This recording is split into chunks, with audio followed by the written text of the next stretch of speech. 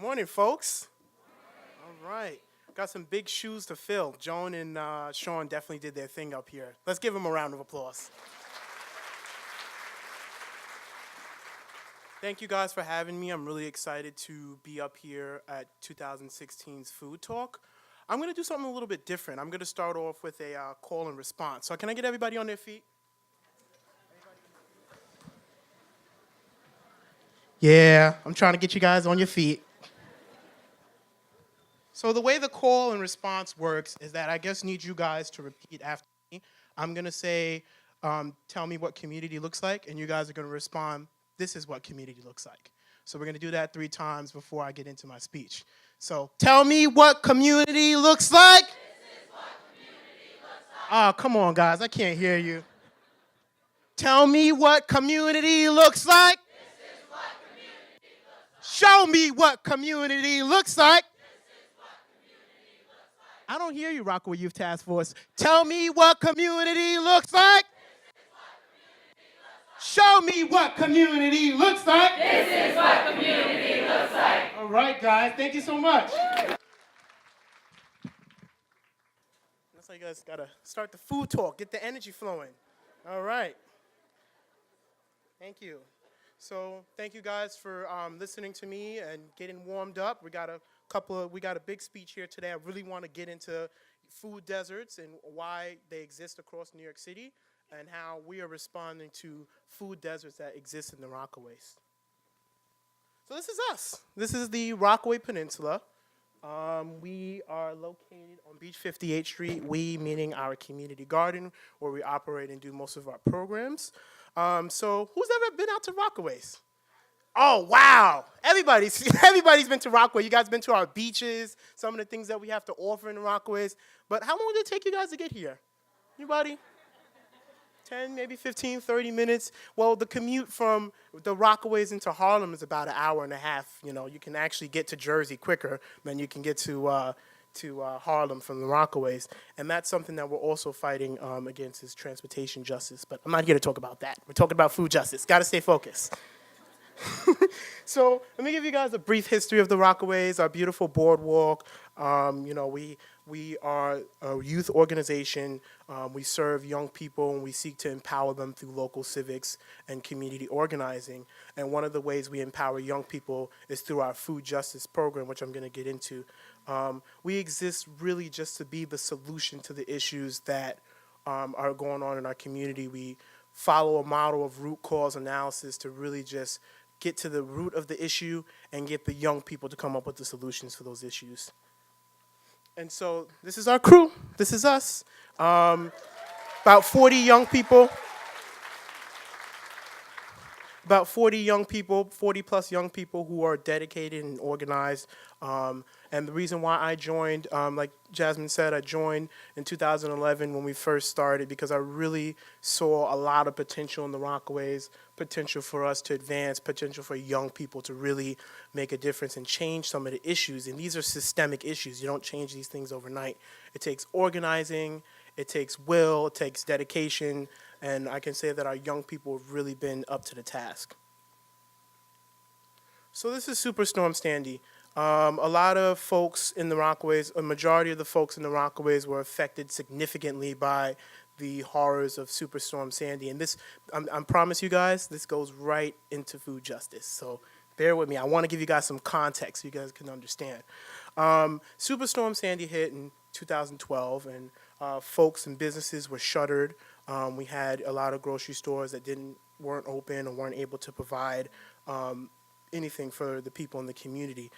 We were out of power for about 2 months. Me personally, I was out of my home and homeless for 7 months after the storm because my first floor of my apartment was flooded about 4.5 to 5 feet. And this is not a unique story. This is something that was common in the Rockaways during that time after Superstorm Sandy. So dealing with Sandy and the aftermath was a trying time for the entire peninsula. And I felt that it gave us a common ground to rally around, and our neighborhood lines no longer defined us. Because you guys saw the map, the Rockaways is a very divided community, and after Sandy or during Sandy, the lines sort of disappeared, and folks, you just saw that cohesion. You saw folks really just, trying to get, help each other out and help, get themselves out of the situation. So for a time, we were all Rockaway residents, all one, and that's something that's extremely something I'm grateful for, that we were able to see that happen. And so the Rockaway Youth Task Force, we organized a distribution center where we fed hundreds of people that were the in-between people, the people that the National Guard didn't reach. Oh, 5 minutes, okay. The National Guard didn't reach, and different Red Cross organizations who don't know the community. We were able to reach the folks who are on high rises and in the buildings. And so as I go into food deserts and the food talks, I want to give you guys a little bit more context about the pre-existing conditions in the Rockaways. We had issues of gang violence. We have issues of gentrification that were just going on already, but they were exacerbated by the storm and exacerbated by some of the things that the storm brought onto our communities. Additionally, post-Sandy, Rockaway drew a lot of aid and relief from local and federal resources, but it also brought, an unexpected visitor called gentrification. And over the past 3.5 years, we've seen our community change rapidly. Gentrification is not inherently negative, but seeing longtime residents being pushed out of their homes makes it very, very difficult to accept. Only 15% of Rockaway's housing market is stabilized. So meaning folks' rents can just go up, at any time. There's no stability in the rent market. And that's something that we work as an organization to solve indirectly with our young people. So some of our actions during the storm, like I said, we did a distribution center, etc. This is one of the grocery stores that was shuttered because of the storm and because of the effects of the Hurricane Sandy experience. And this is our response. In 2013, we partnered with Grow NYC, and we opened up a youth market, a farmer's market.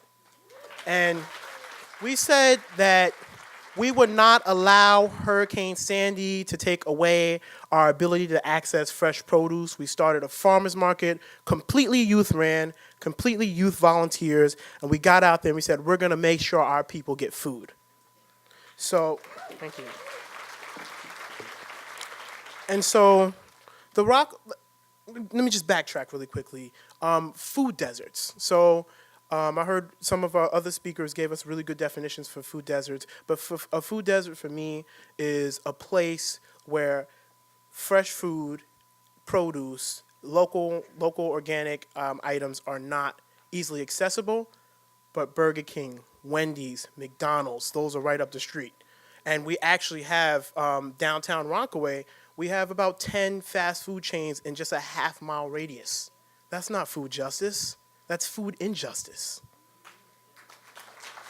And so after our immediate relief efforts, subsidized, we started to analyze Rockaway's serious food crisis. It's a very serious food crisis. And as I mentioned before, there are a severe lack of healthy eating options in the Rockaways, and that's why we feel as though we're a food desert. And the health profile of a typical Rockaway resident is startling. And according to the Department of Health, a Rockaway resident is almost 3 times more likely to be obese than his or her Manhattan counterpart. So additionally, diabetes is the 5th largest cause of death among our residents in the Rockaways. Both obesity and diabetes can be counteracted with a healthier diet. So I'm going to go into our community garden and our response to that, but I want you guys to repeat after me with some phrases that I feel that you guys should keep in your head and keep in your mind as you're doing this work and advocacy. So I'm going to just say, just take this microphone and use this one. Can you guys hear me? Yeah. Awesome. I have the right to local, low-cost, and affordable food for my family.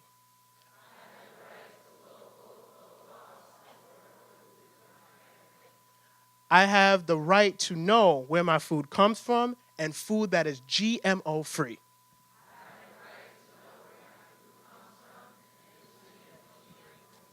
Thank you. Appreciate it, guys. Because if we don't affirm it, it's not true. If we don't take it and claim it, it's not true. So I'm glad that you guys were able to affirm it with me. Thank you.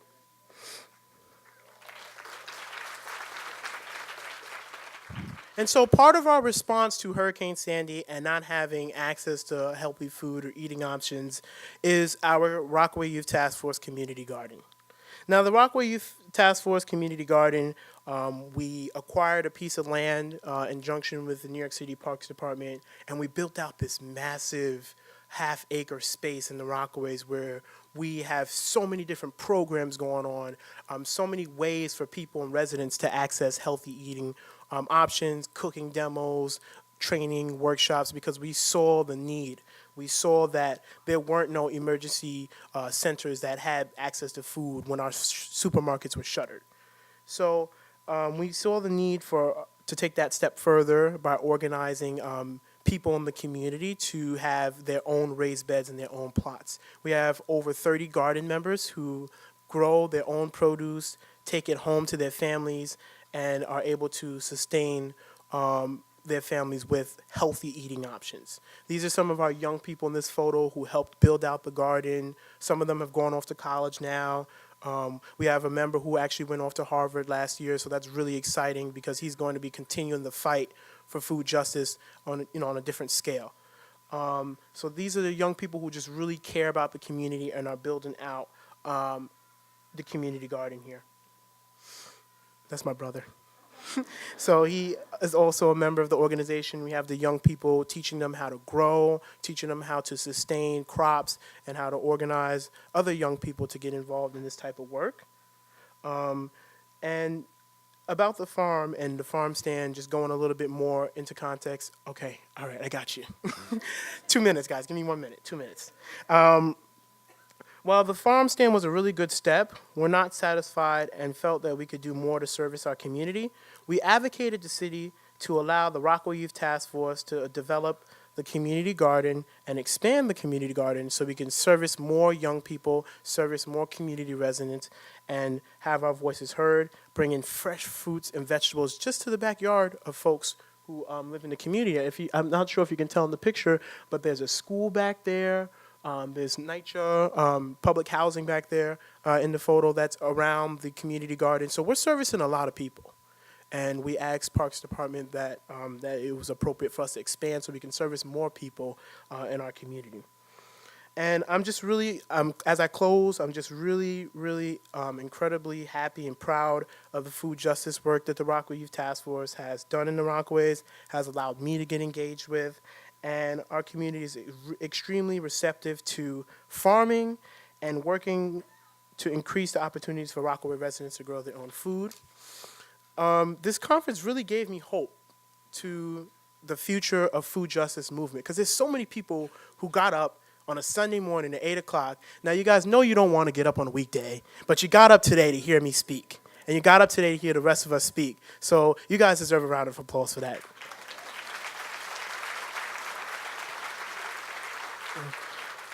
We will continue as an organization to work hard to ensure that every person has access to fresh, healthy, and affordable food. Thank you guys for your time today, and I hope you took out a lot of important information on my speech.